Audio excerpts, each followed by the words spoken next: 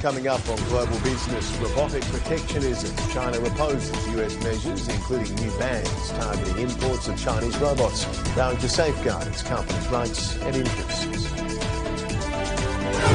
Sharp correction. SK Hynix shares slide despite explosive Q2 earnings growth. We find out why. And rate expectations. The US Federal Reserve is expected to hold interest rates steady on Wednesday, despite surging inflation fueled by President Trump's war on Iran.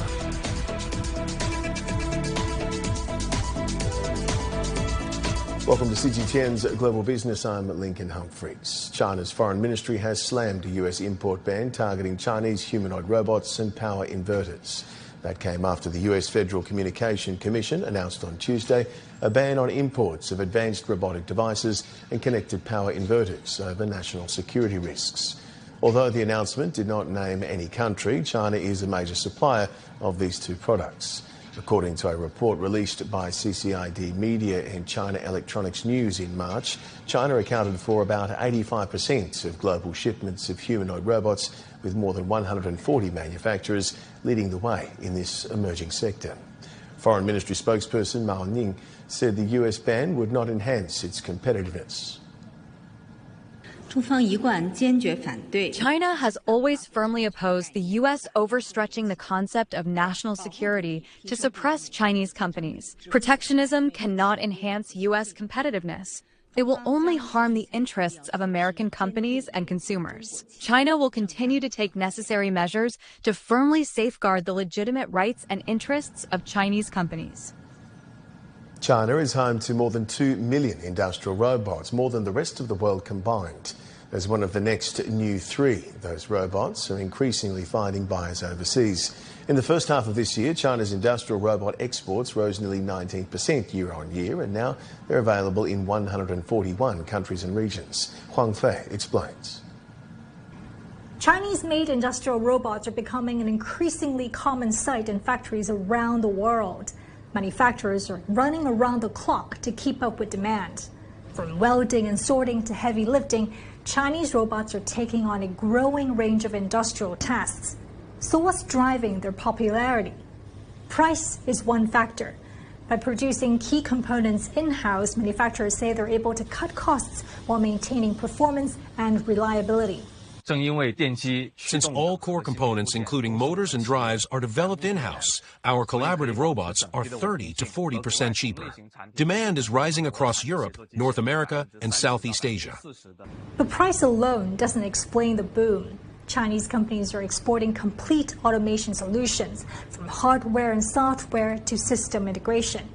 Years of experience in applying robotics across 70-plus industries have become an export of their own. And the service doesn't stop after delivery. Since January, our export orders have increased by more than 30%. With our after-sales team based in Southeast Asia, we can respond quickly to our customers' needs. And demand could be set to grow even faster.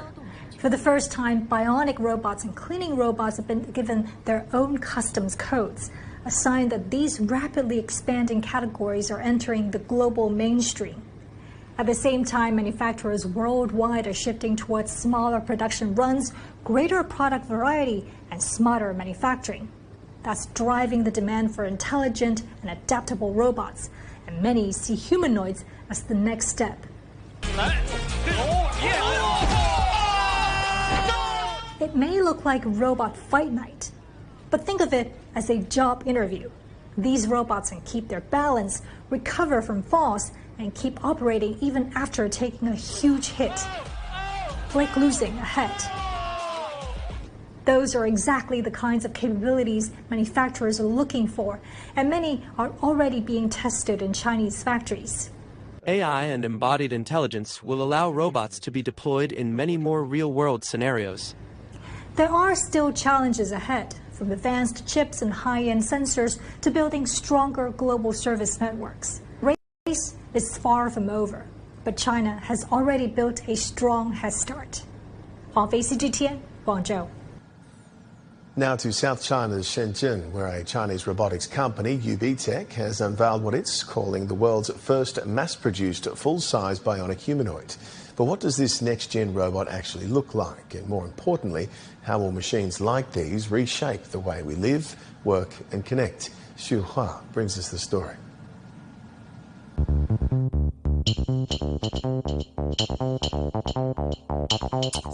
Robots are becoming part of our daily lives, walking with us, dancing with us, and even cheering us up when we are down.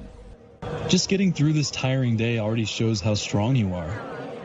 And they're up for a carol chat about whatever is trending too. I can analyze the performance of different teams from the 2026 World Cup. These are the hyper-bionic humanoid robots unveiled by Chinese tech firm UBTech. We are the world's first mass-producible, full-sized, ultra-bionic humanoid robot. And by mass production, we mean real scale. We've already prepared 10,000 units of this ultra-bionic humanoid robot this year. So these robots are not built for doing chores for human, they're built for emotional connections. And how will that play out in real homes? Let's go find out. Yeah, at the beginning, the first moment is really scary because it looks like a human, but it's really amazing, yeah, because it makes the robot to feel more warmer. Yes, when robots stop looking like machines and start looking like us, it can feel strange, even unsettling. But the market is responding. Over 13,300 units have already been pre-ordered in China, and international interest is growing fast.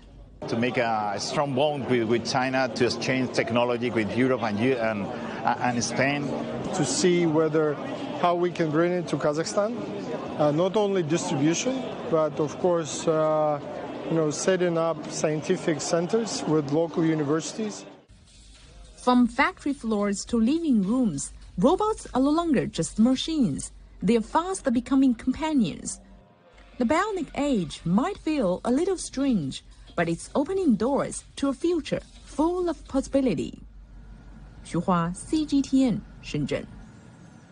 Humanoid robots are now taking centre stage on the front lines of China's energy sector as the country accelerates its drive to weave artificial intelligence and advanced robotics into the fabric of its strategic industries. Our reporter Wang Tianyu visits a power facility in the city of Guangzhou to find out more.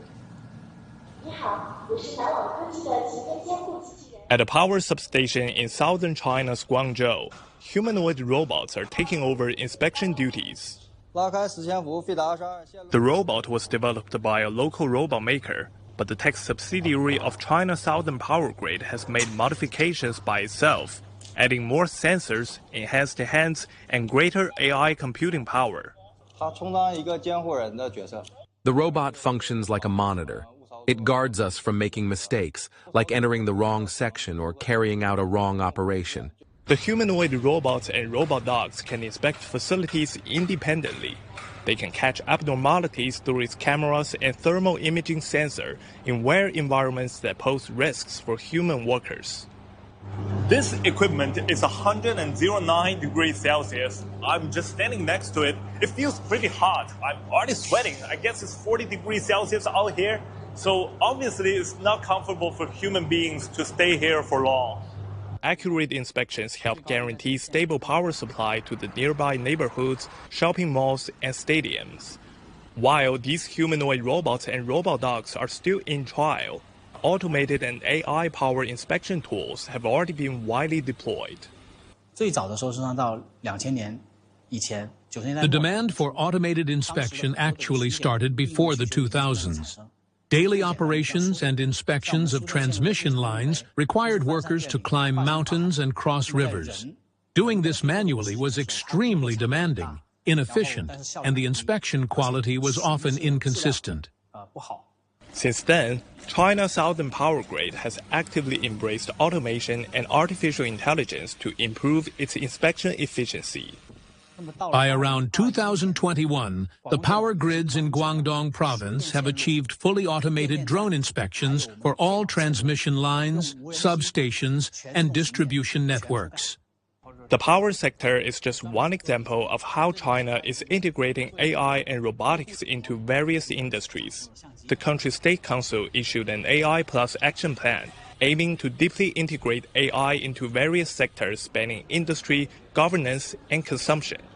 Wang Tianyu, CGTN, Guangzhou in Guangdong Province. Chinese technology startup Moonshot AI officially announced on Monday that it has fully open-sourced its latest flagship model, Kimi K3. The model features 2.8 trillion parameters, making it the largest open-source AI model in the world by scale. Data shows that China holds 60% of the world's artificial intelligence patents, making it the largest AI patent owner globally.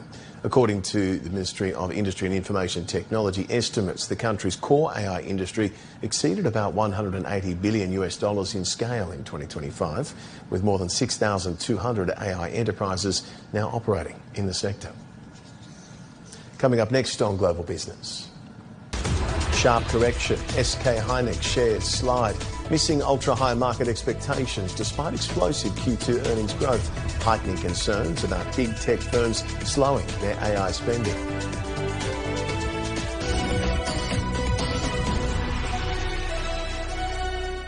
The world economy as we know it is about to change. Global business reports highlight emerging markets, developing countries, and dynamic sectors worldwide. We feature top analysts and newsmakers to provide perspectives on every facet of business. From an on-the-ground perspective, we provide you with balanced and objective assessments. Fast, sharp, and insightful. Global Business. Only on CGTN.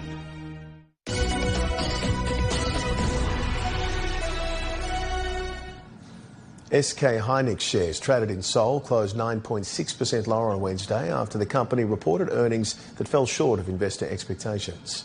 The memory chip maker posted a record second quarter operating profit of 60 trillion won, or about $42 billion, a more than six-fold surge year on year, yet the figure still missed Wall Street forecasts.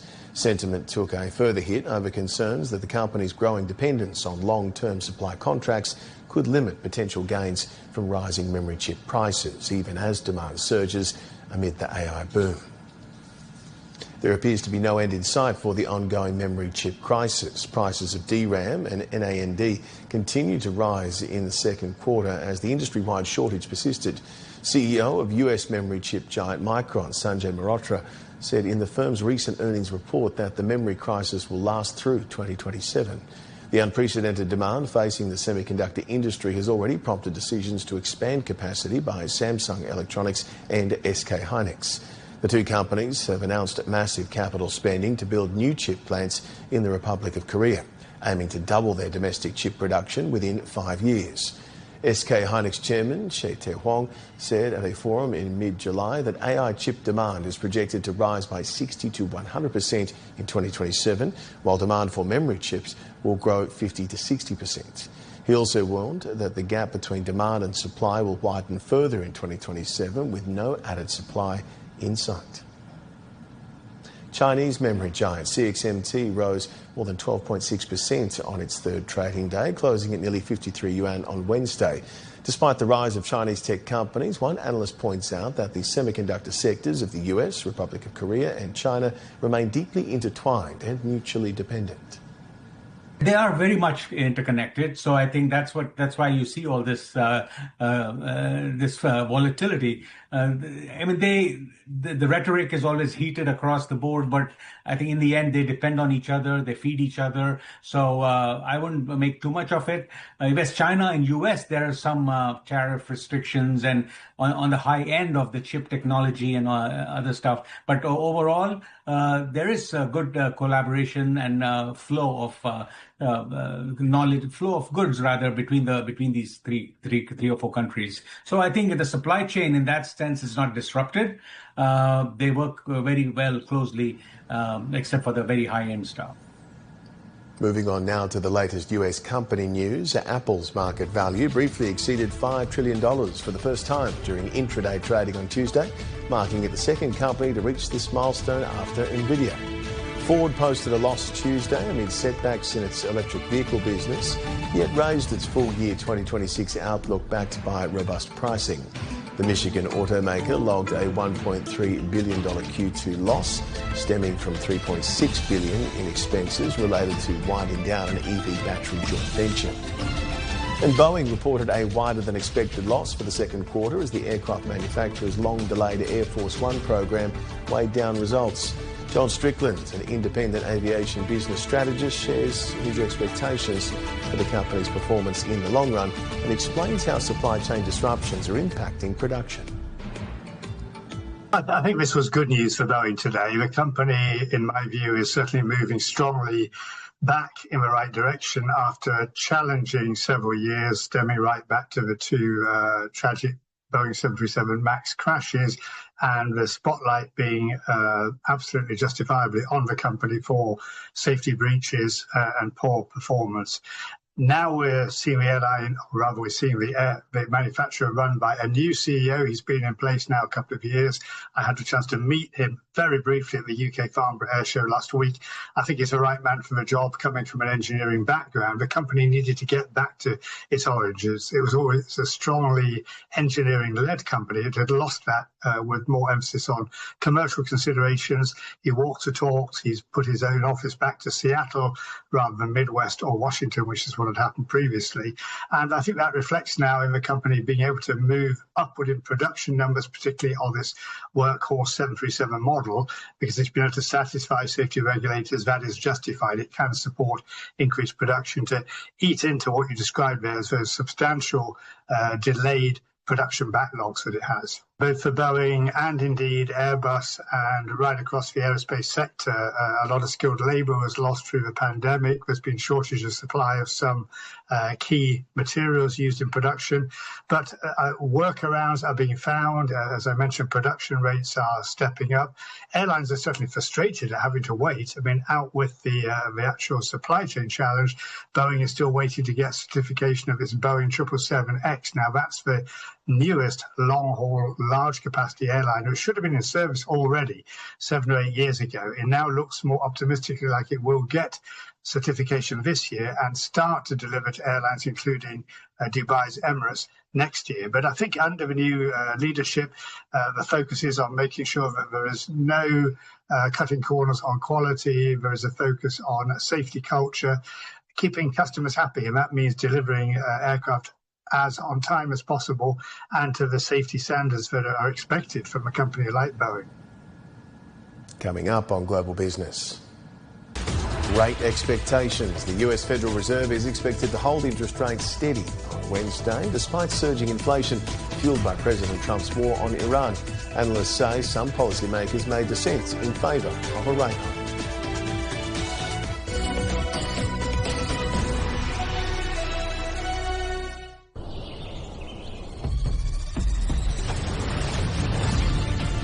A vast land of 1.4 billion people. The world's second largest economy. Home to stories of the unexpected, the unimaginable, the breathtaking. Stories that touch the soul. Feel the speed, the passion. Enjoy spectacular natural and cultural landscapes.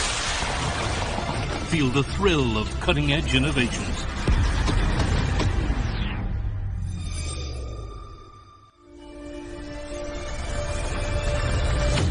Discovering China. Global Biz. China Travel. We present a China never seen before.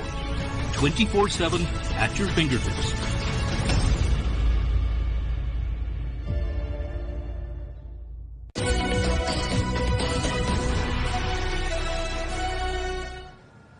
It is time to check some other headlines around the globe for you now. The US Federal Reserve is widely expected to hold rates steady on Wednesday, even as market bets on a possible hike continue to build. But analysts caution that the outlook remains highly uncertain, with Chairman Walsh offering no clear signal on the central bank's next move. The Monetary Authority of Singapore has reported a net profit of 20 billion Singapore dollars, driven by robust investment gains of nearly $40 billion. The bank cautioned that energy market disruptions and rising inflation pose key risks ahead. And the Republic of Korea's central bank says it will maintain its tight monetary policy stance as inflation pressures remain high. The bank raised its benchmark rate to 2.75% earlier this month and noted that downside risks for local stock markets are limited despite recent volatility.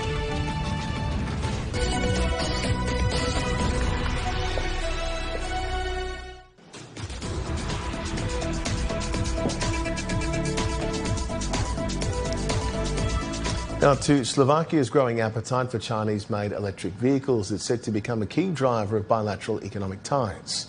The EV sector stands at the heart of cooperation between the two nations. CGTN Europe's Pablo Gutierrez reports from Bratislava. For nearly 35 years, this family dealership in Bratislava sold gasoline and diesel cars from Japanese and Italian brands. Today, the showroom reflects a shift in the country's auto market. People heard about the BYD, read about the BYD, read about the Chinese cars, the Chinese industry. So basically, in the first days when we opened, we had just a pop-up store in one of the shopping centers here in Bratislava. We used to have a daily traffic of 100 to 180 people just coming in to check the cars. Today, Chinese cars fill the showroom at Auto Impex, Slovakia's first official BYD dealership. What began as curiosity among Slovak consumers has now turned into sales, marking another step in China's growing presence in the local market. We are selling 50 to 70 cars in this showroom only, per month. So it's huge. Ahoy, BYD. Ahoy. Juan says competitive pricing, technology, and equipment have helped drive sales as Chinese automakers expand across Europe and compete with established manufacturers. But the shift extends well beyond this showroom. China is Slovakia's largest trading partner outside the European Union. Two-way trade now exceeds $11.9 billion a year, driven mainly by vehicles, batteries, electronics, and machinery. It's very important. As we know, Slovakia is one of the most important car manufacturer in the world. If it comes to number of inhabitants and car produced in Slovakia, it's actually the biggest one. And this is why it is very important for us to start new era of cooperation also with the Chinese automotive industry. We need more cooperation in research development. We need more cooperation between our universities. We need more people-to-people contact. It's not only about the business. Pablo Gutierrez, CGTN, Bratislava, Slovakia. Chinese tech giant Baidu is helping Swiss public transport operator Post Auto upgrade its services through a pilot project deploying fully autonomous Apollo RT6 robo-taxis in St. Gallen. The partnership, driven by Baidu's proven experience with large fleets, aims to evaluate whether the technology can safely become part of everyday public transport in Europe. Julia Hamilton has the story. Paving the way for the future of public transport on the streets of Switzerland. Sitting inside one of these autonomous vehicles feels surprisingly normal, but the technology developed by China's Baidu that allows these vehicles to navigate the streets on their own is truly extraordinary.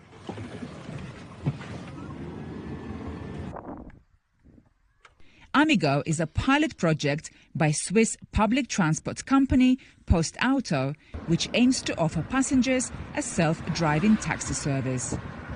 China's Baidu is providing the technology with its Apollo RT6. The vehicles are Baidu's 6th generation, level 4 fully autonomous electric robot-taxis featuring 38 sensors. The selection of our technology partner took over a year. We were very careful in selecting the right partner for this very important project for us. It's important for us to work with a partner who has proven experience in operating large fleets. And we were evaluating a lot of partners and suppliers from worldwide. And with Baidu, we have chosen the supplier to work with. Amigo is operating 5 vehicles in the St. Gallen canton. Safety drivers are training the AI technology while keeping their hands close to the steering wheel and their feet close to the brakes.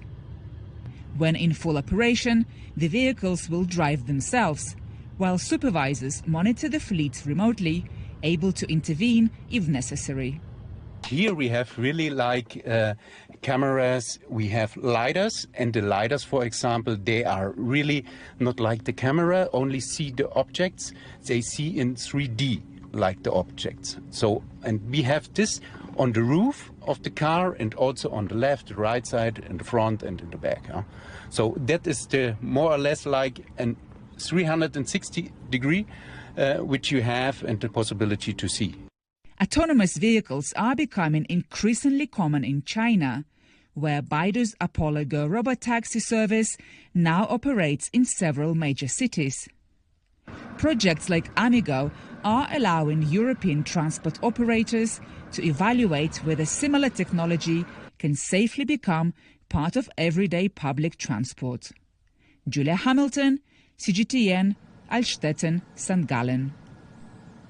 Xinjiang Urumqi Tianshan International Airport has launched China's first large-scale autonomous shuttle bus operation with 16 self-driving passenger vehicles now serving travellers.